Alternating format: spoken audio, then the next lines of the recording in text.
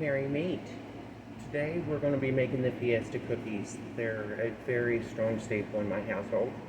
Everybody seems to really enjoy them.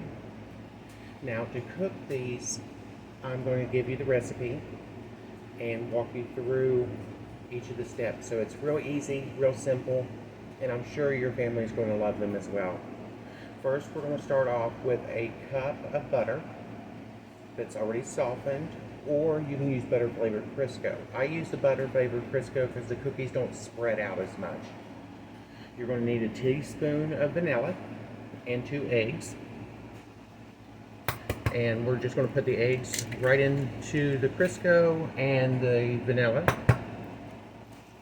Now, if you want to punch it up a notch, you can use a teaspoon of coconut flavoring as well. We're going to need 3/4 of sugar and 3/4 of brown sugar that is packed, so you don't have any air in it and you get the full 3/4 cup. So we're going to put that in there, and we're going to mix this up with a blender, or not a blender, I'm sorry, with a mixer that will totally incorporate your sugars, your eggs, your vanilla, and your Crisco. So I'm going to do that, and we'll get that taken care of. Now it's going to be a little loud. When you do this, make sure you scrape down the size of your bowl because it will splatter.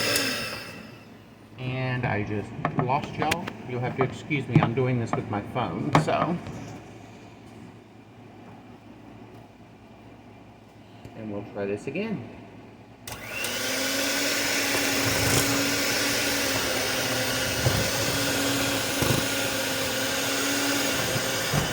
So by having it mixed real well, make sure that you get everything together.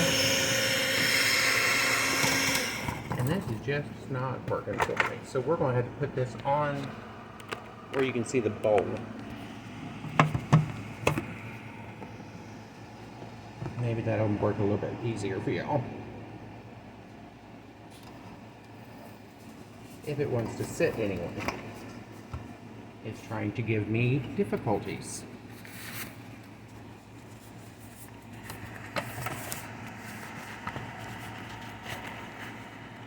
There, maybe it'll stay that way.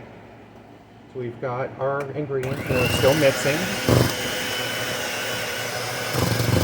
Like I said, straight down your bowl.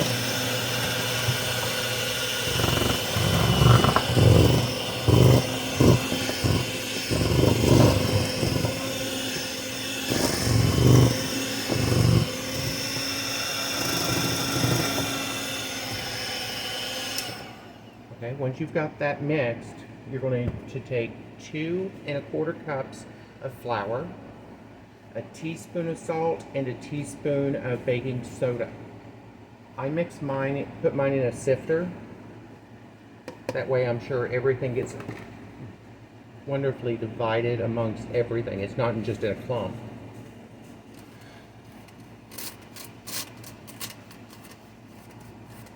So we're going to do that.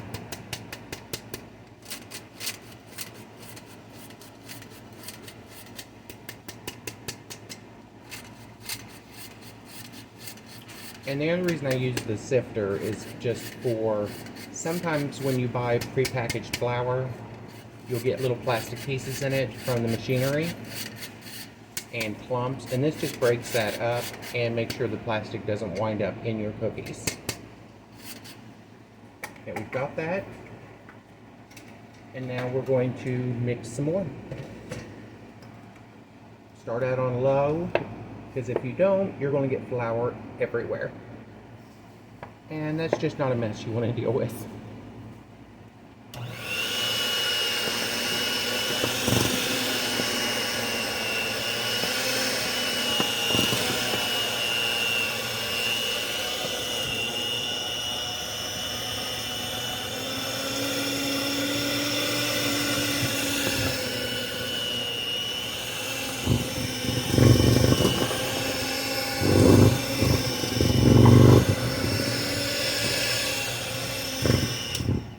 Once you get that mixed in, now the fun part is all the ingredients that are going to flavor your cookies.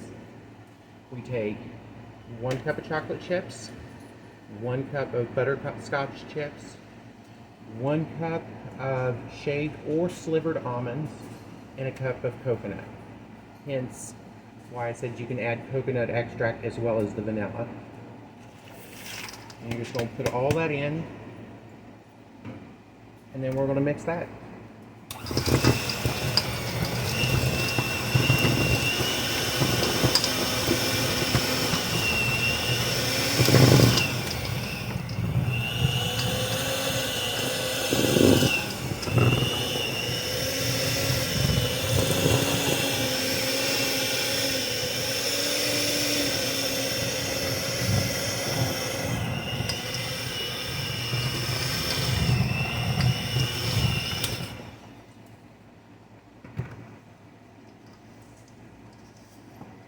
And then we just mix all of this in real well, because the mixer doesn't get it all,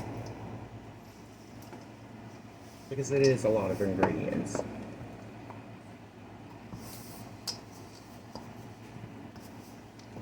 You'll need 2 cookie sheets. You'll need your oven set to 350 degrees, and you're going to bake these cookies for about 9 to 10 minutes. I like mine a little bit on the softer side. That way they stay moist longer. Not that in the house the cookies stick around too long. Okay. Once we have that, you're going to take 2 spoons and set it up with them to do about a spoonful for each cookie. So I got my 2 spoons. So about a spoonful, just a regular small cereal spoon, and set it down. Now if you use butter, these cookies will spread out more, and that will give you a crisper cookie,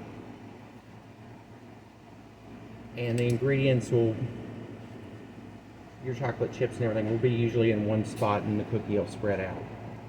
So I'm going to get these on the baking sheet, bake them for about 9 to 10 minutes, and I will see you back then to see the finished result.